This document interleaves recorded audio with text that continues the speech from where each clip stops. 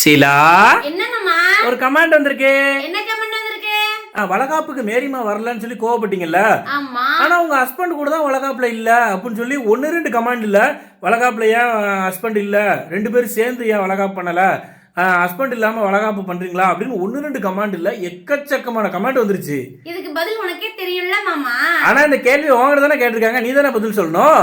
வளகாப்புக்கு வந்து மாமா வரலன்னு சொல்லி யார் சொன்னா? வளகாப்புக்கு நிறைய பேர் வந்திருந்தாங்க. அதுல ஒன்னு ரெண்டு பேர் வந்து எங்க வீடியோஸ் போட வேண்டாம் அப்படின்னு சொல்லியிருந்தாங்க.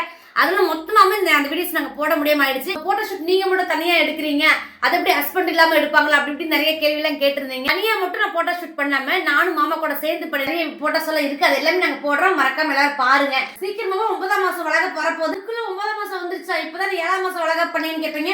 7ஆம் மாசம் முடிவுல தான் நாங்க வந்து வளகாப்பு வச்சிருக்கோம். 8ல பாதி போயிடுச்சு, இன்னும் கொஞ்ச நாள் 15 நாள் தான் இருக்கு. அந்த 15 நாள்ல 9ஆம் மாசம் வரப்போகுது. 9ஆம் மாசம் வளகாப்பு ஒரு பொதுவான இடத்துல வைக்க போறோம். கண்டிப்பா சொல்றோம், நீங்க எல்லாரும் வாங்க, ஆசீர்வாதம் பண்ணுங்க. நீங்க ஆசீர்வாதம் பண்ணா மட்டும் போதும்.